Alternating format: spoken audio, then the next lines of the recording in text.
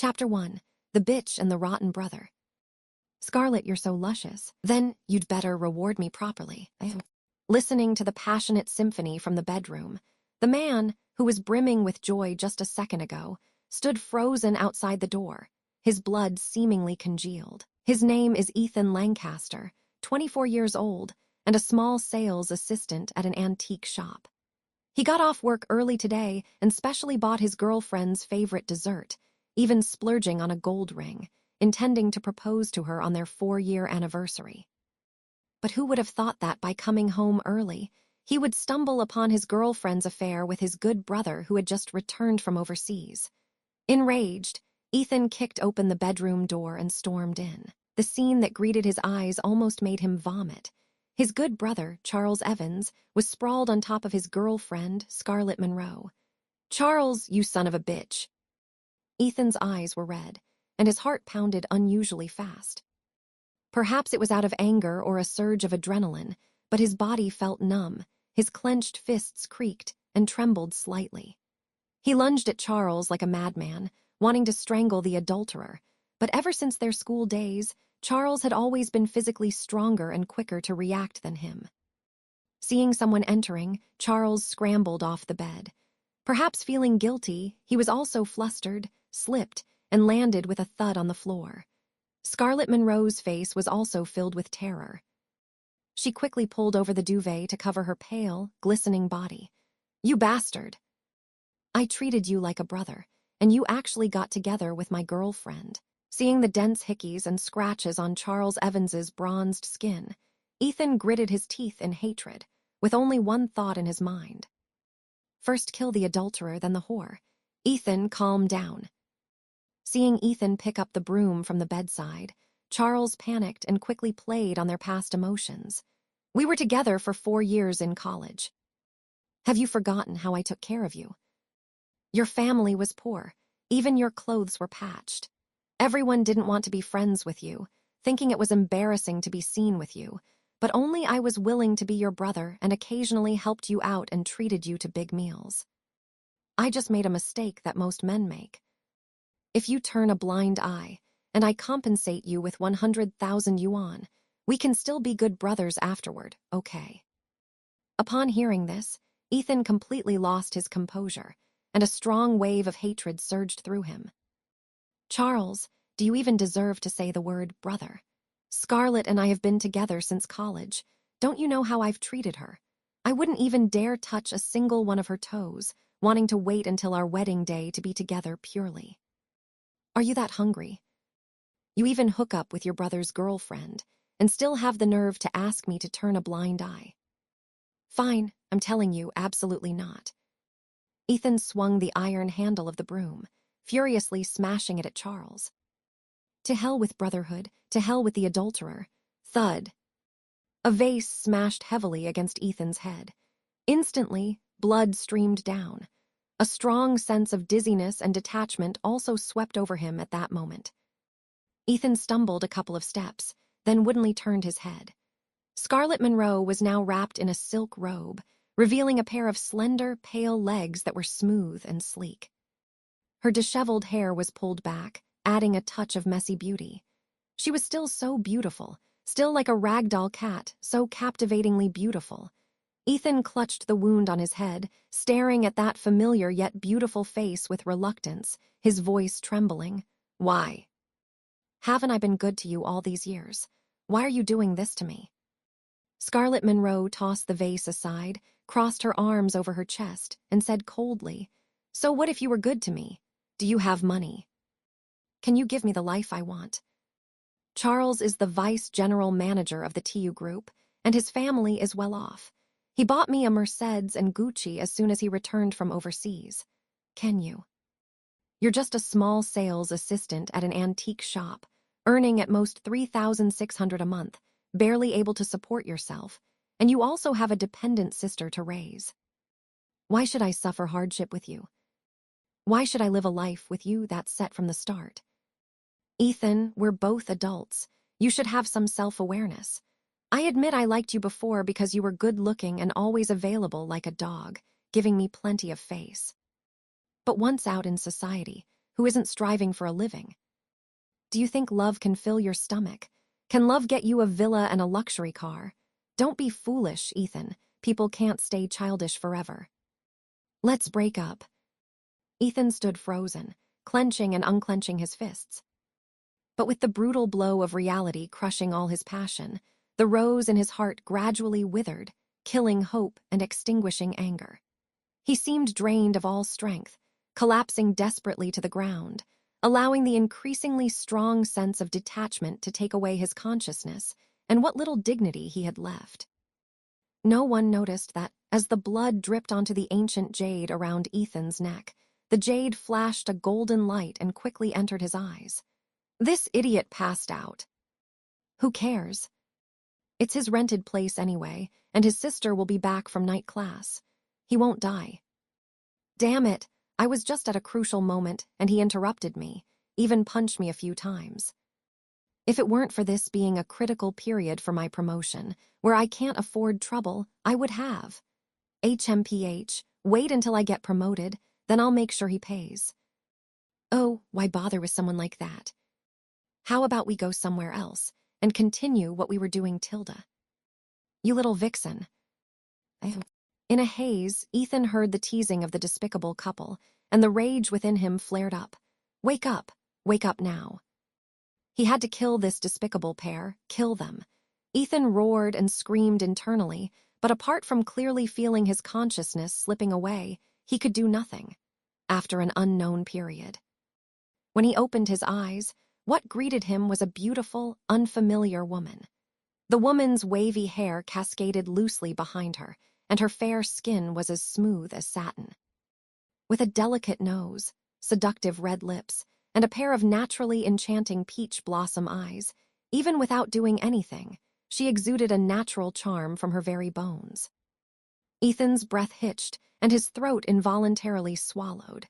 His gaze swept downwards to a pair of long, pale legs, which, bathed in the sunlight, seemed to be enveloped in a faint halo, breathtakingly beautiful.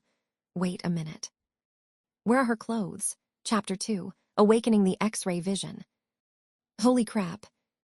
Ethan couldn't help but blurt out an expletive, completely stunned. After all, encountering something like this, who could remain calm? Ma'am, it's broad daylight. Could you please compose yourself? If not, I'll have to call the police. Ethan sniffed, looking righteous. Mainly because he had just gone through a failed relationship, he was now very wary of women. Especially perfect women with first-class figures and exquisite looks. Moreover, without any warning, a naked woman was wandering around in front of him. It was hard not to suspect a honey trap, right? Maybe it was a setup by that despicable couple. Call the police. The beautiful woman was clearly stunned, and her eyes, as she looked at Ethan, were filled with suspicion. Seeing her reaction, Ethan became even more convinced of his suspicion, and any desire vanished from his eyes. His voice hoarse, he said, "Ma'am, you're young and so beautiful. Please don't go astray. You're lucky you ran into me today. If it were someone else, do you think you'd still be able to walk out of this door? All right, put on your clothes and leave." Go astray, put on clothes, and leave. It took a while for the beautiful woman to furrow her attractive brows, then turn and walk out of the ward, her shapely buttocks swaying. She's bold, leaving without even putting on clothes. Ethan clicked his tongue, his gaze following the beautiful woman's figure. But gradually, he realized something was wrong. The white wall that was there a second ago slowly faded away before his eyes, revealing the beautiful woman in the hallway. At this moment, the beautiful woman's lips were slightly parted, and she said in a low voice, "Lily, contact the family of the patient in bed 3. Tell them the patient is awake, but there might be a hematoma in the patient's brain compressing a nerve." The person referred to as Lily was the young girl opposite her, in her early 20s, wearing a nurse's uniform. The moment Ethan shifted his attention to Lily, the nurse's uniform on the girl, just like the white wall earlier, oddly disappeared. What the heck? What the heck? Ethan shivered all over and quickly rubbed his eyes. Looking again, where were the beautiful woman and the little nurse? All that remained was the slightly ajar door and the whitewashed wall. As he stood there puzzled, his attention refocused, and the wall a few meters away once again vanished, revealing the captivating scene in the hallway. It seems, perhaps, it wasn't that she went astray, but that he suddenly gained a superpower, X-ray vision. Ethan sat up abruptly, his whole body exhilarated.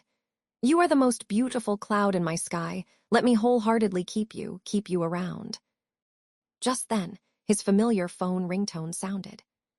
He took out his phone and saw Gregory Sharp's caller ID on the screen. "Ethan, what time is it? Aren't you coming to work? Don't you want to work anymore?" "Mr. Sharp, I'm at the hospital right now." Keep lying. "You were perfectly fine yesterday, and today you're in the hospital. I'm telling you, if I don't see you in 10 minutes, I'll count it as a day's absence and deduct 3 times your salary." Beep beep. Damn it, what kind of person is this? Ethan cursed under his breath. He used to be afraid to speak up when exploited by Gregory Sharp, but now that he had superpowers, would he still let himself be bullied? Isn't it just 3 times the salary deduction? Good, I didn't want to work anymore anyway. Antiques, stone gambling, both are highly lucrative industries where small investments yield huge profits. From now on, I will make those who looked down on me, belittled me, and mocked me see clearly. The former Ethan you scoffed at, the current Ethan is beyond anyone's reach. Scarlett Monroe, Charles Evans, you despicable pair, didn't you want to ruin me? Fine, let's see who gets the last laugh. Ethan clenched his fists, and a cold glint flashed in his eyes. Whether or not married, if one's partner no longer wishes to continue the relationship and seeks a better life, he would choose to respect and understand and sincerely wish them well. But he could not tolerate betrayal. He could even less accept that the treasure he held so carefully, cherished so deeply, had long since rolled into bed with his own brother. Before regaining consciousness, he was still furious at the double betrayal by his good brother and first love, wanting to kill them even if it meant facing imprisonment. But at this moment, his thoughts had undergone a drastic transformation. It was simply not worth sacrificing his future and his remaining life for a scumbag and a bitch. He still had his sister, and a brighter future awaited him. He wanted to earn money, to earn a lot of money, to create better living conditions for his sister, to become a person of status, and to earn everyone's respect through his own abilities. Having made up his mind, Ethan messaged his sister to let her know he was okay, but she was likely in class and didn't reply or answer the phone. However, it didn't really matter. She would see it eventually after school. After completing the discharge procedures, Ethan immediately went to the antique market.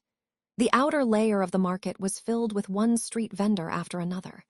With his experience working at Gregory Sharp's shop all these years, he knew, even without using his X-ray vision, that 10 out of 11 items here were fakes.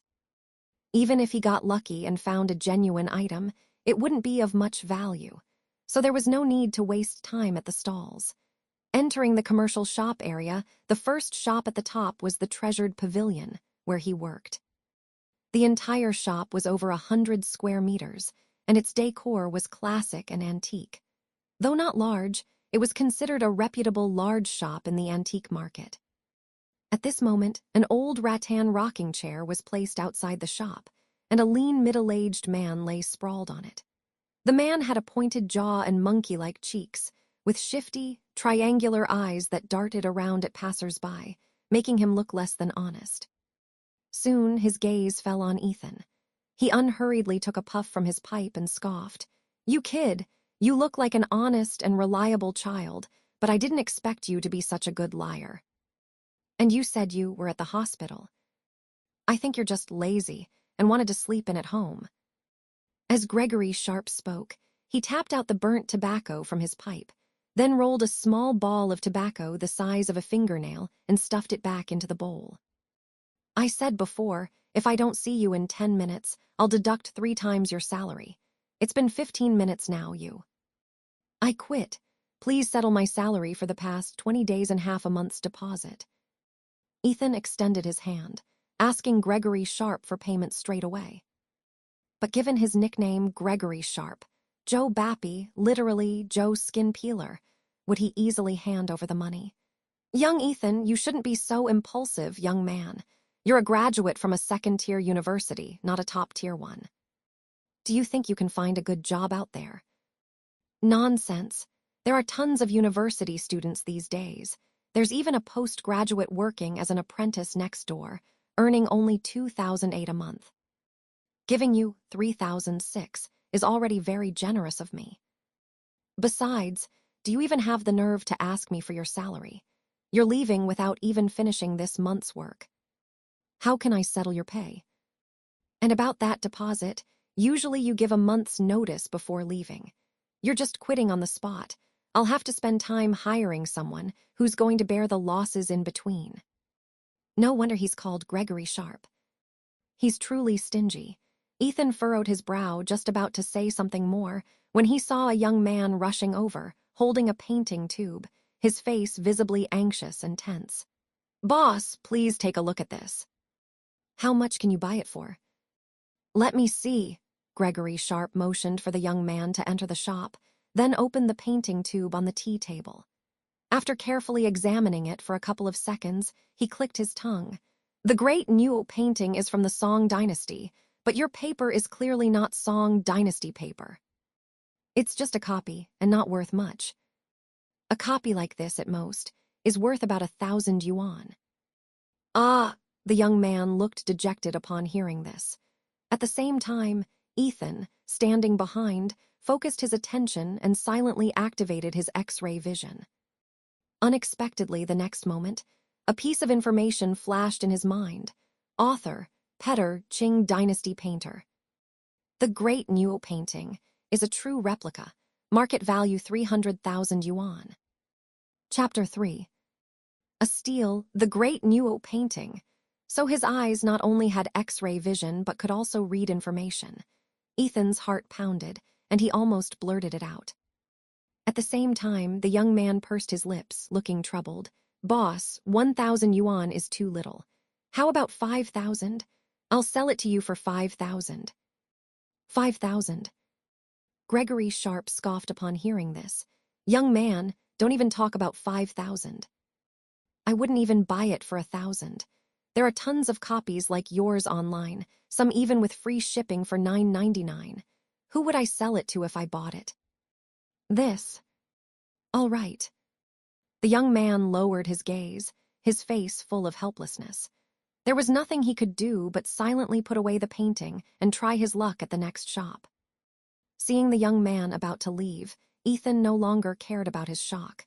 He immediately reached out to stop him and asked, "Hey, buddy, you look like you're in some trouble, right?" He didn't rush to buy the painting, because he was afraid Gregory Sharp would notice something and cut in to buy it himself. After all, Ethan had only graduated a year ago. With a salary of 3,600 yuan a month, after paying rent and living expenses, forget about saving money. It was a blessing if he wasn't in debt. And 5,000 yuan. Not a cent more, not a cent less. It was exactly the tuition fee he had prepared for his sister for the next semester. It's all because of starting a business. Lost over 100,000 yuan, and now I don't even have money for food. Perhaps because he was around the same age, the young man wasn't too wary when Ethan approached him. "Sai, if I really can't make it, I'll just have to go back and inherit my dad's pig farm." A second ago, Ethan felt a bit guilty, wondering if he would be scamming someone too much by exchanging 5,000 for a renowned artist's painting worth 300,000. But the next second, oh well, he might be a true pauper, but the other person was a hidden rich second generation. How about this? Ethan rubbed the tip of his nose, feeling a little nervous about his first big find. 5,000 yuan, I'll buy this painting. Consider it a sponsorship for a dream. Really? Upon hearing this, the young man's eyes lit up. He immediately pulled out his phone and opened the Alipay QR code for payment. Ding. Alipay payment received. 5,000 yuan. With the sound of a mechanical prompt, the young man looked at the extra 5,000 yuan and couldn't be happier. He shoved the painting and its tube into Ethan's arms, his face full of gratitude. "Brother, thank you so much. With this money, I can at least hold out for another 3 months. Keep going, buddy. Youth is priceless and chasing dreams is unbeatable. Ethan gave him a thumbs up. Since he already got the bargain, he might as well add some emotional value. Young Ethan, I can't believe it, you're a philanthropist. As soon as the young man left, Gregory Sharp's sarcastic tone emerged. He slowly pulled out his pipe, methodically pressed the tobacco, lit it, took a deep puff, and then exhaled a thick plume of smoke with a satisfied look. Then he stood up, looking at Ethan with a condescending air, his eyes scornful. What, you've been with me for a year and a half, knowing that copied paintings are worthless, and you still spent $5,000 to buy one. Tusk, even if you didn't quit, I wouldn't dare keep a fool like you working in the shop. Ethan's face was cold. To say he wasn't angry would definitely be a lie. During his year and a half working at Treasured Pavilion, he had been exploited by Gregory Sharp, who also found various ways to deduct his salary and force overtime. Now that he had quit, who would still put up with such humiliation? Less talk. My 20 days' salary and half a month's deposit, are you settling them or not? If not, I'm going to report you to the Industrial and Commercial Bureau. If they get involved, according to labor laws, you'll have to pay me triple salary. Ethan was expressionless, his narrow phoenix eyes slightly narrowed, flashing a warning. Facing that cold gaze and the threat of the Industrial and Commercial Bureau, Gregory Sharp's hand, holding the pipe, trembled. He wondered how this usually timid and submissive softy had suddenly changed so much today. But then again, even a cornered dog will jump and a desperate rabbit will bite. This softy, when pushed, would also throw caution to the wind and fight to the end. Moreover, Gregory Sharp was fully aware of Ethan's family situation. His parents died early, and he studied while raising his sister. He started working at Treasured Pavilion from his internship, eating steamed buns with pickled vegetables every day without fail, not even a bit of meat. For a poor kid like him, money was usually more important than life itself. Never mind. Better to avoid trouble. It's just a few thousand in salary, just give it to him. All right, kid, you've been learning from me for a year and a half, and now you want to report me to the Industrial and Commercial Bureau. Fine, you want your salary and deposit, right? $4,200, I'll give it to you. Saying so, Gregory Sharp pulled out his phone and directly transferred $4,200 to Ethan. Then he gave him a sinister look and scoffed. The monies transferred were even. But I'm telling you this now, once you take this money. From now on, there won't be a single shop in the entire antique market that will hire you. Just wait to change professions. Chain professions. Hey, changing professions is impossible. Antiques are so lucrative, $5,000 for $300,000. Ethan raised an eyebrow, decisively accepted the $4,200, and even waved the copied painting in his hand at Gregory Sharp. Don't worry, my days without you will be better day by day. After all, what he intended to do next was to find someone knowledgeable to convert this copied painting into a bright 300,000 yuan. Then he would use the 300,000 to make a big fortune, breaking the million mark in his life. Chapter 4. Who gets slapped in the face? Ethan said he was 24, but that's because locals in Yunhai City prefer to report their age by the traditional Chinese method. Strictly speaking, he was only 22 years old this year. So, for a young man like him, who wouldn't prefer to endure a moment of silence rather than regret a step back? He had suffered so many grievances at Gregory Sharp's hands before. Today, he had to get some payback, right? Sure enough, Ethan didn't go far. The moment he stepped out of the Treasured Pavilion, he headed straight for the Myriad Pavilion across the street. The Myriad Pavilion was quite spacious, one of the top shops in the antique market. The shop owner, Harold Whitman, was portly and cheerful-looking, even bearing a slight resemblance to a middle-aged version of C. Tao. Mr. Whitman. As soon as he entered the shop, Ethan didn't beat around the bush. He sat confidently opposite Harold Whitman and spread the painting roll onto the mahogany table. Take a look, it's a good find.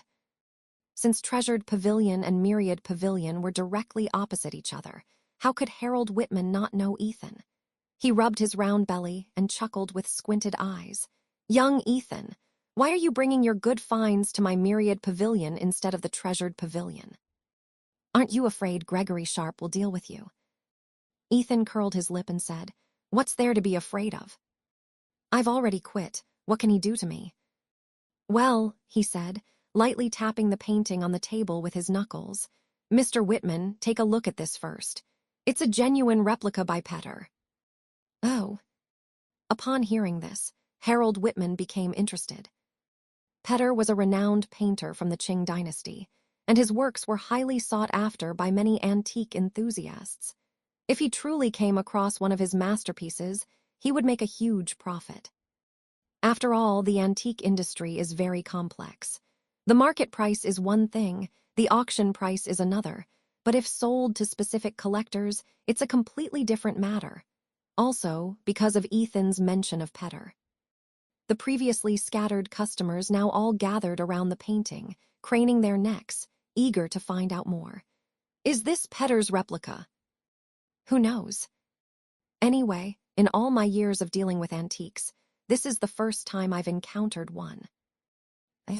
Harold Whitman rubbed the slightly yellowed paper of the painting, and then took out a magnifying glass from his pocket to meticulously examine the lines and drapery of the figures in the painting.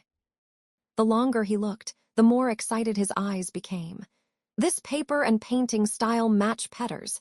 It should be genuine. Harold Whitman's Myriad Pavilion had a reputation in the antique street for a reason. He clearly possessed some skill and foundation. Now that he had confirmed Ethan's painting, he was incredibly tempted and went straight to the point. Young Ethan, how much do you plan to sell this painting for? If the price is right, I'll take it. Seeing how straightforward he was, Ethan didn't waste words. He held up 3 fingers and said, 300,000. A hint of hesitation flashed in Harold Whitman's eyes. Young Ethan, 300,000 is a bit high. How about 250,000? We've known each other for so long, you should at least give me a friend's price, right? While he could afford 300,000 and resell it for an even higher price, the lower the cost, the higher the profit margin. He's a businessman who would complain about having too much money. 300,000, not a cent less. Ethan's attitude was firm, but a smile played on his face. Uncle, my price is already very fair. You know, there are quite a few collectors of Petter in recent years. If you buy it at this price, you can at least earn another 100,000 or so. Good kid, he clearly understood the industry price. Harold Whitman smiled helplessly and shook his head. It's really not easy to earn some living expenses from you, kid. All right, 300,000 it is. Hey, wait. Suddenly, an untimely croaking voice rang out. A skinny man in a gray long gown, holding a pipe, emerged from the crowd and pointed at Ethan's nose, cursing. Aha! I wondered what you were up to at the Myriad Pavilion. Turns out you're here to scam people. Saying so, he turned his head to Harold Whitman, an indignant expression on his face. Old Harold, I'm telling you, you absolutely must not buy this painting. It's a fake, it's counterfeit. What? At these words, Harold Whitman was stunned, his face filled with disbelief.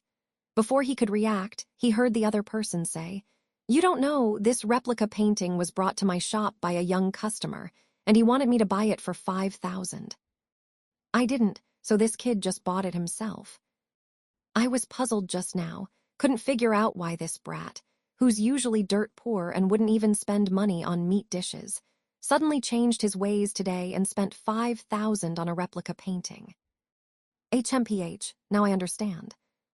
He's looking for a sucker to pawn it off on. Ethan frowned, becoming increasingly agitated the more he listened. He hadn't expected Gregory Sharp to be so sly. Just because his own judgment was poor, he would baseless accuse him of being a scammer. Gregory Sharp, it's true that this painting is a replica, but it was replicated by Petter, which means it's not an ordinary replica but an antique with collection value. If you don't know your goods, Then get back to your treasured pavilion and don't stop me and Harold Whitman from making a fortune. Mr. Whitman, don't mind people like him. Let's continue with our business. Ethan was still too young. After Gregory Sharp's disruption, how could Harold Whitman's attitude remain unchanged? His previous certainty about the painting gradually wavered. Young Ethan, let's not rush the painting purchase. Let me think about it some more. It's not that I don't trust you, but 300,000 yuan is not a small sum. If I make a mistake, I could lose everything. So I have to be cautious. He said a lot of nice words. The main idea was to change his mind and not buy it. Ethan was already unhappy with Gregory Sharp, and now with him messing up a deal, his resentment was infinitely amplified, making him want to slap Gregory Sharp hard in the face. Wait, slapping in the face? Suddenly, an idea flashed in Ethan's mind, and he looked at Gregory Sharp with a playful expression. Mr. Sharp, exploiting me before was one thing, but now that I don't even work at Treasured Pavilion, you're still claiming my painting is a fake and accusing me of scamming. All right. Since you're so certain, do you dare to find a master to authenticate its genuineness in front of everyone? If this painting is fake, you can do whatever you want with me, but if it's real, then you have to apologize to me publicly and slap yourself 10 times. How about that? Hey, Gregory Sharp chuckled upon hearing this.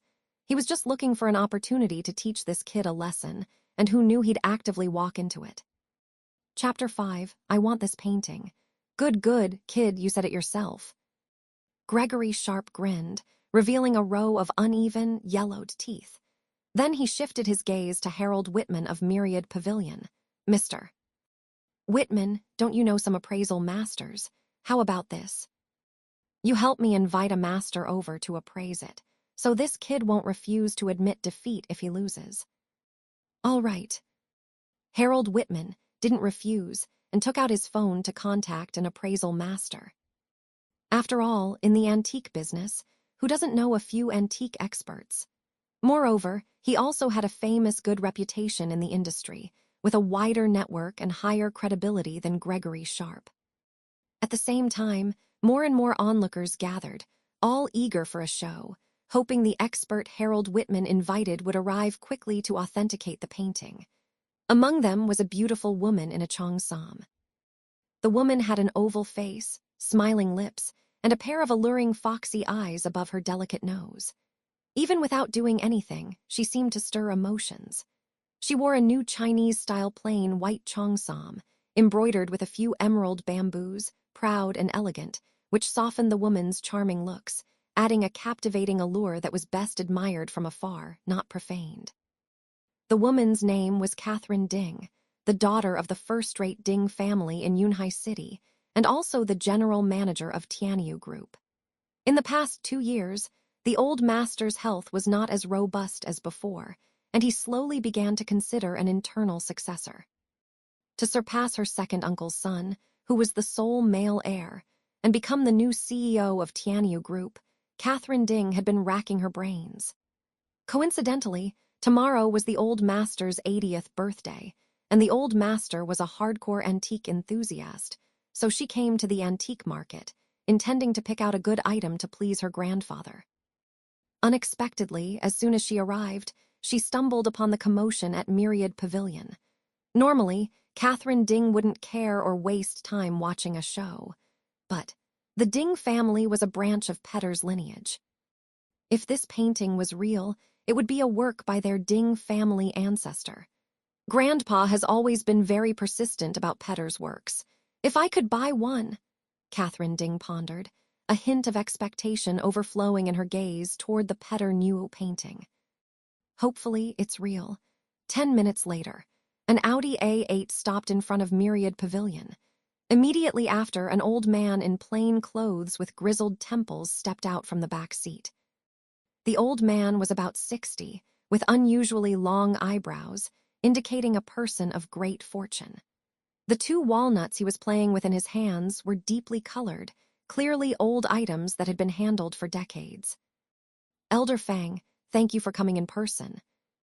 Seeing the arrival, Harold Whitman immediately went forward, his flattery clearly evident. "It's nothing. My old friend's birthday is tomorrow, so even if you didn't call me, I would have come today to pick up a birthday gift," Elder Fang said indifferently, then changed the topic. "By the way, didn't you say there was a replica painting by Petter?" "Where is it? Let me see." "Here, it's on the table." Harold Whitman quickly led the way, inviting Elder Fang to the reception table. Normally, he wouldn't be able to invite a prominent figure like Elder Fang. Earlier, he had just seen the crowd and wanted to boost his reputation, so he used the excuse of the birthday gift to call Elder Fang, hoping to try his luck. Unexpectedly, Elder Fang's old friend turned out to be his lucky star. HMPH, Ethan, this Elder Fang is a true authority in the antique world, renowned for his discerning eye. Gregory Sharp gave Ethan a provocative look, eager to see the show unfold. "Once the appraisal results are out, you'll be at my mercy." "Oh, really?" Ethan stood with his hands in his pockets, his face full of conviction. Who wins or loses isn't certain yet. If you lose, don't forget to slap yourself 10 times. Still if... Ha ha ha. Gregory Sharp seemed to have heard a joke and was immensely amused. "A cheap replica you bought for 5,000, and you expect it to be a genuine Petter. Fool." Tusk. Ethan couldn't be bothered to argue with an idiot and instead focused his gaze on the old man. The old man leaned towards the painting, first taking a quick glance, then rubbing the paper. Only then did he take out his reading glasses from his pocket with trembling hands and examine it meticulously for a long time. Seeing him remain silent, his brows tightly furrowed, Gregory Sharp couldn't be happier. Ha ha ha ha. Given that expression, it must definitely be a fake. "See, old Harold, luckily you listened to me and didn't buy this fake painting, otherwise you'd have suffered a huge loss." Gregory Sharp lifted his chin, looking as smug as possible. But before he could mock Ethan, a jubilant exclamation reached his ears. "Genuine, it's genuine. This is Petter's most classic replica work, the Great New Painting. Its collection value is far higher than its market price." The speaker was none other than the excited Elder Fang. At these words, the entire scene instantly erupted. "Holy crap, it's really genuine. Hey, I just heard the owner of Treasured Pavilion say that young man only spent 5,000 to acquire the painting. If he sells it, he's going to make a huge profit." "You can say that again." 5,000 for hundreds of thousands, a pure, huge steal." Everyone spoke continuously, one after another, and an envious glint appeared in their eyes when they looked at Ethan. Everyone, except Gregory Sharp. "What? This painting is really by Petter."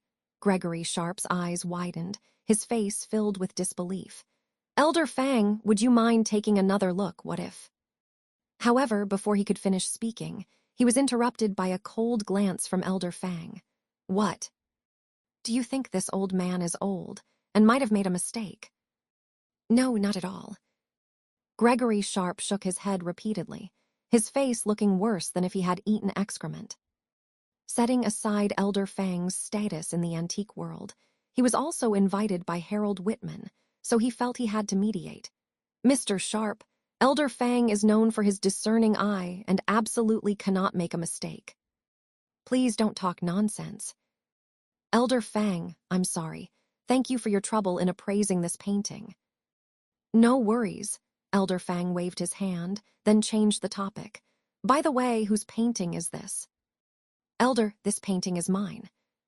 Seeing that it was his turn, Ethan stepped forward confidently. To his surprise, the next words from the other person almost made him lose his footing. "Young man, do you intend to sell the painting? If so, I'm willing to offer 500,000 for it." "What, 500,000? Ethan's heart pounded, and his eyes immediately lit up. But before he could agree, a clear and pleasant female voice came from the crowd. "I want this painting." 1 million.